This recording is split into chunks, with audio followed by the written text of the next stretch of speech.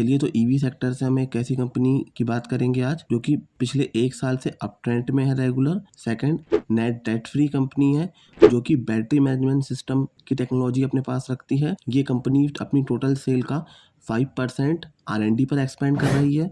जिस कंपनी ने अभी 100 से ज़्यादा इंजीनियर हायर्स किए हैं अपने प्रोडक्ट के डेवलपमेंट के लिए। इस कंपनी का ROE 15% से ग्रो हो रहा है और जो अपने सेक्टर की लीडर भी है। फिर बात करते हैं ईवी सेक्टर के बारे में और निकालने की कोशिश करते हैं एक मल्टीबैगर इस पूरे सेक्टर से। हम इस सेक्टर में आज डीप ड्राइव भी करेंगे और इस सेक्टर के प्रोस एंड कॉन्स भी समझने की कोशिश करेंगे कि क्यों कोई OEM फ्यूचर में जाकर मल्टीबैगर साबित हो सकता है। ये हम अपने डिस्कशन के बाद में फाइनलाइज करेंगे। नाउ अगर इस बात को हमें ध्यान से समझना है तो हम पूरे सेक्टर को पहले 3 पार्ट्स में डिवाइड करते हैं। First, 2 wheeler, second, 4 wheeler, third, commercial vehicle.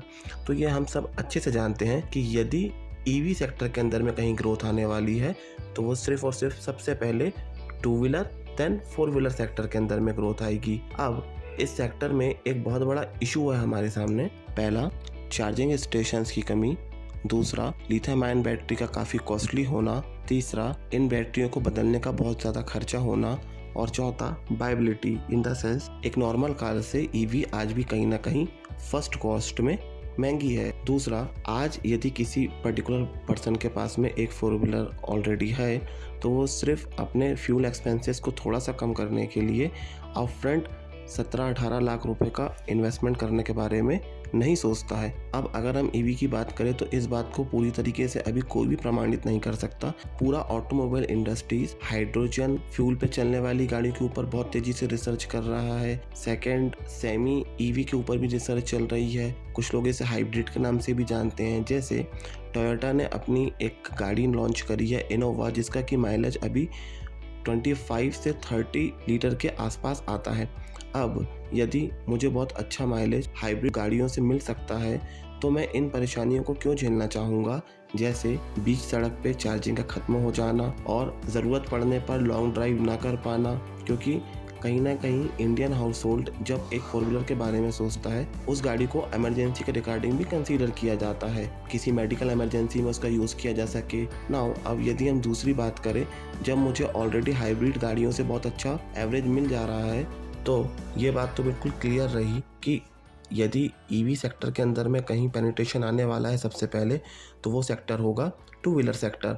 अब प्रेजेंट टाइम में हम ये समझने की कोशिश करते हैं कि आज जितने भी OEMs हैं वो अपने बिजनेस को किस तरह से रन करते हैं, चाहे वो TVS हो, चाहे बजाज हो, चाहे वो रॉयल एनफील्ड हो और अदर्स ब्रांड भी। नाउ इन सारे ब्रांड्स का कस्टमर और इनका मार्केट बिल्कुल डिफरेंट है एक दूसरे से। लाइक बजाज जहाँ माइलेज अच्छे देने की बात करता है, वहीं बुलेट जैसी कंपनियां पावर देने की बात करती है। यामाहा जैसी कंपनियां और मजबूती देने की बात करती है। अब कुछ कंपनियां सिर्फ लो कॉस्ट प्रोडक्शन के ऊपर ध्यान देती है, कुछ कंपनियां अपनी गाड़ियों में बहुत ज़्यादा लॉन्जेविटी के ऊपर ध्यान देती है।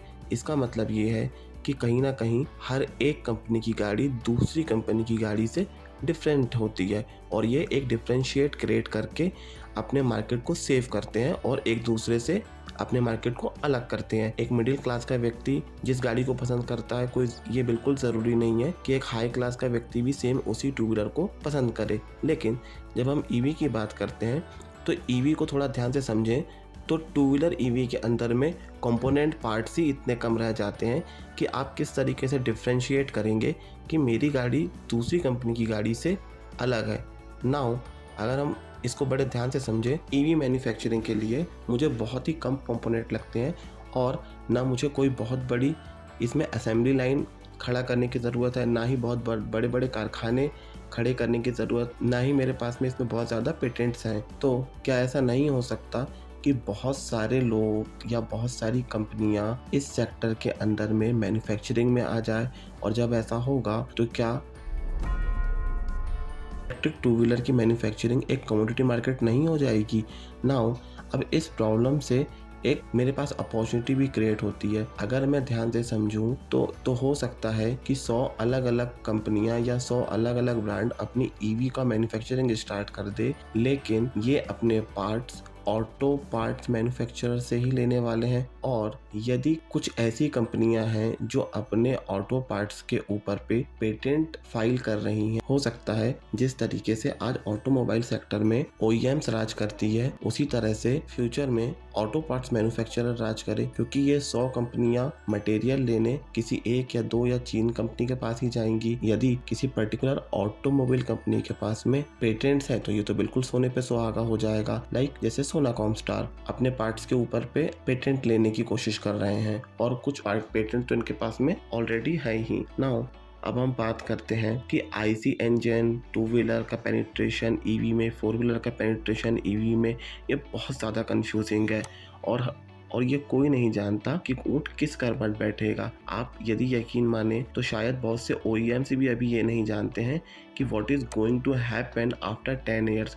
दूसरी चीज़, ये इतना फास्ट भी नहीं होने वाला है कि अगले 2 से 3 सालों में सारी जगह EV का पेनिट्रेशन हो जाए। It would take at least 10 to 20 years. अब ये 10 से 20 सालों में जो समय लगने वाला है, इसमें बहुत सारे चेंजेस आने वाले हैं। तो इतनी अनसर्टिनिटी के अंदर में एक इन्वेस्टर को कभी भी इन्वेस्टमेंट करने के बारे में नहीं सोचना चाहिए। हो सकता है कि हाइड्रोजन फ्यूल इतना आगे निकल जाए कि जितना हमने कभी ना सोचा हो सकता है कि हाइब्रिड गाड़ियां इतनी फेमस हो जाए जितना हमने कभी ना सोचा हो। तो अब मुझे ऐसी स्थिति में क्या करना चाहिए कि मैं एक ऐसी कंपनी उठाऊं, चाहे EV का पेनिट्रेशन 2 व्हीलर सेक्टर में हो या 4 व्हीलर सेक्टर में हो या हाइब्रिड गाड़ियों का पेनिट्रेशन हो, बट मेरी कंपनी जो प्रोडक्ट बना रही है वो सारी गाड़ियों में यूज़ होना चाहिए। हो सकता है कि EV में इसकी वैल्यू और बढ़ जाए तो ये मेरे लिए अच्छा होगा।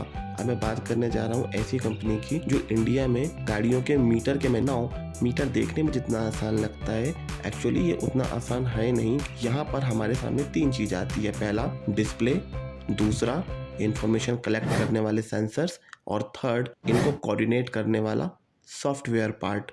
नाउ अब सॉफ्टवेयर पार्ट में आप पेटेंट भी फाइल कर सकते हैं और हार्डवेयर पॉइंट में भी पेटेंट फाइल कर सकते हैं। पेटेंट्स होने से हमें ये फ़ायदा होता है कि फ्यूचर में यदि कोई दूसरी कंपनी इस टेक्नोलॉजी को समझ भी जाए तो वो उसका प्रोडक्शन नहीं कर सकती, जिससे हमारे मार्जिन्स और हमारी सेल्स पर फ्यूचर में कोई असर नहीं पड़ने वाला। नाउ अब इस कंपनी की अगर मैं बात करूँ तो आप इस कंपनी के मीटर आप हर गाड़ी में देख सकते हैं, चाहे वो 2 व्हीलर हो, चाहे वो 4 व्हीलर हो, चाहे वो कमर्शियल व्हीकल हो। इस कंपनी की अगर आप बैलेंस शीट को बड़े ध्यान से देखेंगे तो आपको समझ में आएगा कि इस कंपनी की टॉप लाइन में भी ग्रोथ होते चली जा रही है, दूसरा इसके OPM में भी ग्रोथ होते चली जा रही है। जो कंपनी कभी माइनस में OPM कमाती थी, ऑपरेटिंग प्रॉफिट मार्जिन, वो आज डबल डिजिट में मार्जिन्स कमा रही है। दूसरा, अगर आप ध्यान से समझें तो इसके शेयर होल्डिंग पैटर्न में भी आपको FIs और DIs का इंटरेस्ट बढ़ता समझ में आएगा। तो कहीं ना कहीं कुछ तो इम्पोर्टेंसी होगी। चलिए अब हम इस कंपनी समझ